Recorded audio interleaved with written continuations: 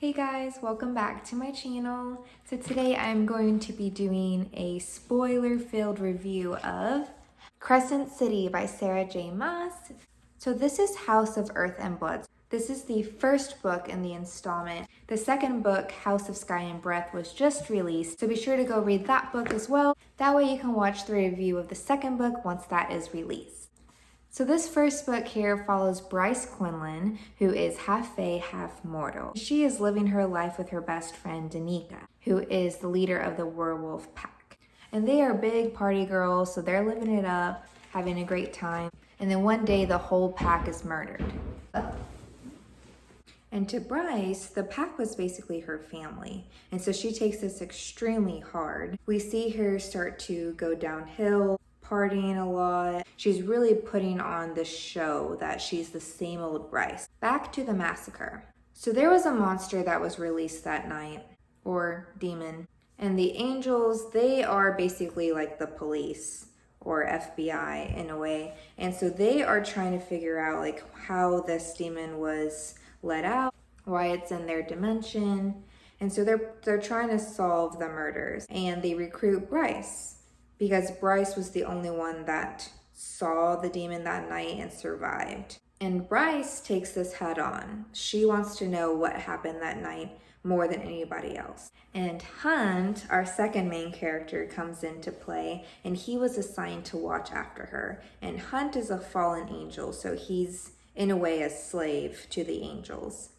And he does their bidding, which includes a lot of killing and questioning and torturing, and he really hates himself for it. He hates that he's enslaved. Well, by meeting Bryce, that starts to turn around a little bit. Now, I loved Bryce and Hunt. Bryce and Hunt are very similar in a lot of ways, and I think that really did well for the romance. So they're both very stubborn, tough, feisty characters, and they really get at each other's throats a lot. And this creates for a angsty, tension-filled, slow burn romance. So Bryce and Hunt are working together to solve the murders or looking for clues, and they start to get to know each other a little bit more, and we slowly see them both softening up a little bit. They have these really rough, hard exteriors, and we start to see that kind of crumble. One of my favorite scenes between Hunt and Bryce, Hunt buys this little pearl and he gives it to Bryce. And whenever he gives this to Bryce, we see a little bit of his insecurity and he gets all shy, but it's really, really cute. Bryce's character is very relatable for some people. I feel like she is really struggling and suffering in silence after Danica's murder. She has no idea what happened, and she's really mourning the loss of her best friend. And then on top of that, she carries a ton of guilt about Connor. And so the night that the pack was killed, she was out doing drugs, partying it up, sleeping around with another guy. And this was right after she basically promised Connor that she was going to give him a chance. She has a ton of guilt about that. She feels like she did him wrong and then didn't get to apologize. Connor's surviving brother and the rest of the pack that's alive, they definitely give her a ton of grief about it. And so she's definitely struggling with depression and grief and just really not happy with life. The only people that are really getting her through all of this at the beginning is her friend Juniper and her mom and dad, who's her stepdad, but she sees him as dad. Speaking of dads, so we find out that Bryce's dad is the Autumn King. He is a powerful leader representing the Fae, and there is a lot of conflict and drama in her relationship with her dad and her brother Ruin. Her relationship with Ruin really hurt me for a long time, basically the entire book. But we see like a ton of anger and conflict between her and her brother, and we really don't know why. We kind of had to just keep reading and figure out like what the heck's the problem here. So we know at the beginning that they got into a fight years back when she came to visit him. He called her a name, and she stormed off and left and has been angry ever since. We know that in Bryce's family, through her father's side, they do carry some of the Starborn Fae powers, and Rune is considered to be a Starborn Fae. So he has some of the Starborn powers in him, but not a lot. So he's not able to do a whole lot with it. So he's technically like the prince. And at some point, Bryce went to meet her father and to meet her brother, and she didn't have any powers at this time, from what we know. And so then to her dad, she's really nothing special. He doesn't care for her. He basically just wants her to leave. He's just not really a good guy. He just cares about himself and about power. So Bryce left, and she never owned him as her father. So throughout the book, we are told and people believe that Bryce is Rune's cousin. So she is not his sister, and she is not the Autumn King's daughter. That is what people see her as throughout life. So let's get back to the plot. They're hunting down Danica and the Pack's killer, and they have some suspects. They're doing some digging. It becomes like a mystery book. Well, then there comes the big betrayal. Bryce catches Hunt on the boat that night, buying the drug that we just found out killed Danica and the Pack. So Hunt and a couple of his fallen angel comrades, they want to purchase this drug to be able to take it and destroy the angels that hold them captive, that have power over them. Bryce comes upon this, and she's just appalled. She's in complete shock, because up to this point, her and Hunt are really building this relationship. So she trusts him. She's developing feelings for him, and then he does this. And so she's heartbroken. And my heart just broke when she grabs the pearl that Hunt gave her, and she just chunks it at his head and leaves him. And he is just sitting there like begging her, like trying to explain, like, no, like I was coming here to stop it. I changed my mind. Like, you have to believe me. And she gets on this little jet ski, and she's driving away, and he's yelling, Bryce, Bryce. And not only Bryce caught him that night, but the angels that hold him captive caught him also. So he gets arrested, him and the other two, and they're going to be executed or punished for their crimes, but it's a major crime. And so Hunt is being held in like a prison until Sandriel comes along. Now she's really powerful, very ruthless, and she's actually the sister of Hunt's old lover, like his true love from back in the day. Like, he led a rebellion for her, and then that's how he fell. So this is this like evil twin sister, and she purchases Hunt. So she is going to be his new master. Well, Bryce is doing some thinking, and she realizes that she really loves Hunt, and she believes him that he was going there to stop everything that night. And so she has to come up with a plan really quick to try to save Hunt. And so she goes to the courthouse or the prison, wherever he's being held, and she begs for his freedom. She offers to purchase him so that way he can be free. And then Hunt starts to do his whole, I don't need you, I don't want you, just go thing.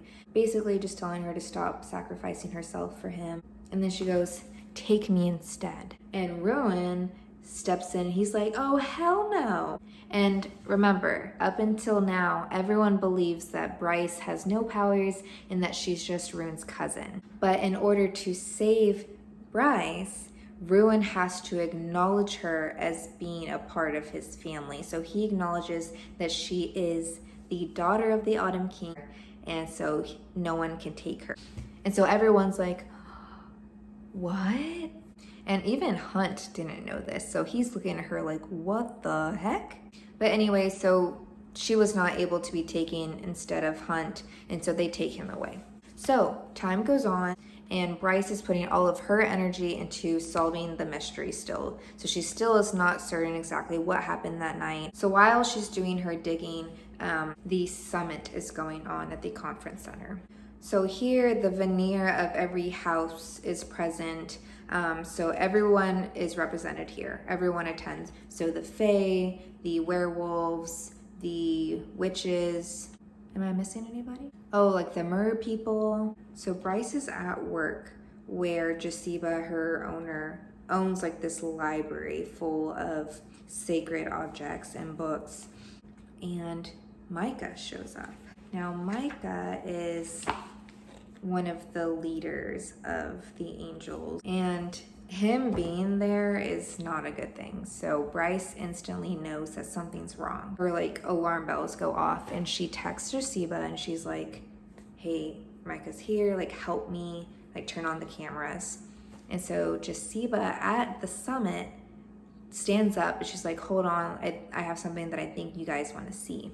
And so they project her cameras from her work onto this big screen where everyone can see. And so they end up getting into a fight, and he's really beating down Bryce while everybody is watching on the big screen. And Micah basically tells us the answer to the entire mystery that we've been wanting to figure out the whole book. Bryce, throughout the book, she wears this amulet that she was given by Jasiba, and it wards off like evil and all these bad things. Micah reveals that Danica knew that Bryce never took off that amulet.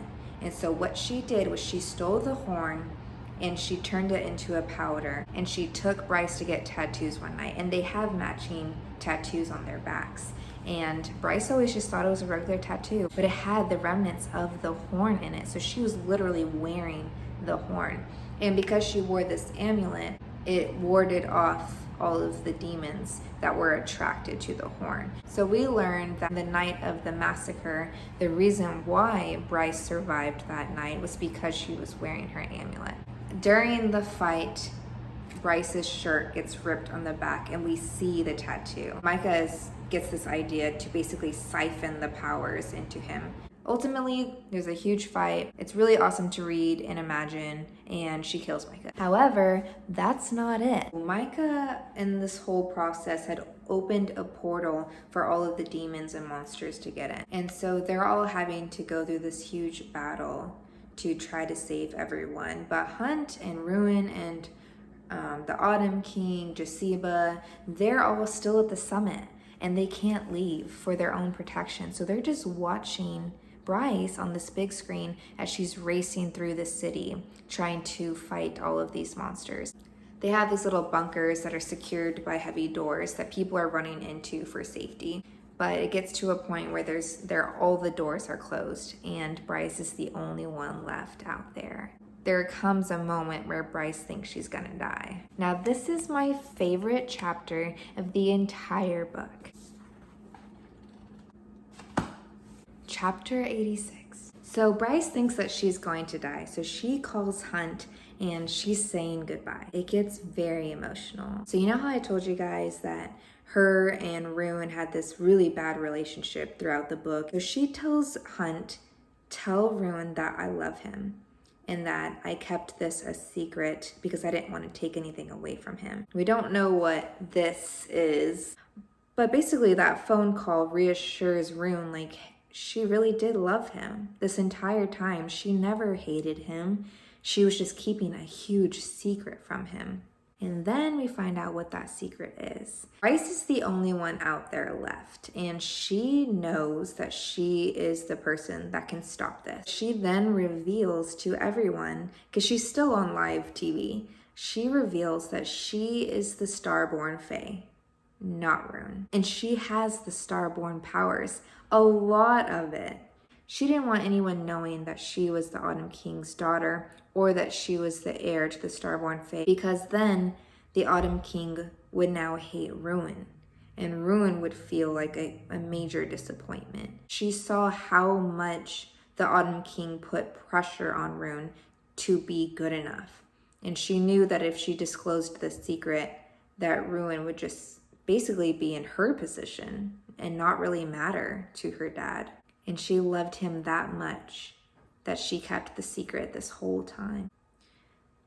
This was the best conflict between siblings that I have ever read in a fantasy book. So anyway, a big battle goes on. Bryce saves the world. Her and Hunt end up together, but there's still more to come in the second book House of Sky and Breath. So I'm very excited about that one. I basically just gave you guys the entire plot without really going into a whole lot of detail. But now I'm going to go into the rating. So when I was first thinking about this book, I was thinking that I was going to give it like a high 3.8 or 7, something like that. But then when I was thinking about my reasonings, I was like, I really don't have much to complain about. Like, this was actually a really good book. And so if I had to rate it, I think that I would give it like a 4.5, 4.6. So I would say that I gave it a 4.6 because the romance was really good. I loved the tension between Bryce and Hunt. I loved the pace at which the romance was built on. It wasn't too quick. I feel like with a lot of the books that I read, and I read a ton of like fantasy and enemies to lovers, so with a lot of the books that I read, sometimes the romance is like overnight and you really just don't understand like how the characters fell in love so quickly. And so this was the perfect pace. Another reason why I gave this book a high rating was because of the conflict between Bryce and Rune, and then the big reveal at the end. This had me just like crying with chapter 86. I was crying when she made that last phone call. It would, and that's another reason too, is there was a lot of emotional scenes. There was a lot of emotional chapters, and I love emotion. I think the only reasons why I didn't rate this book higher was because I really didn't feel like at the end I needed more. Like, I finished the book and I wasn't dying to know what was going to happen next. I honestly feel like this book could have been a standalone. And Sarah kind of finished it in a way where it could have been cut off, but we knew that there was going to be a second book based off of the ending, but it really wasn't like a jaw-dropping ending like a lot of the series that I read. And so, yeah, I just felt like it was a really good book, but could have been a standalone. I didn't need more. But overall, a really good book, and I'm excited for House of Sky and Breath. I'm excited to see more from Bryce and Hunt.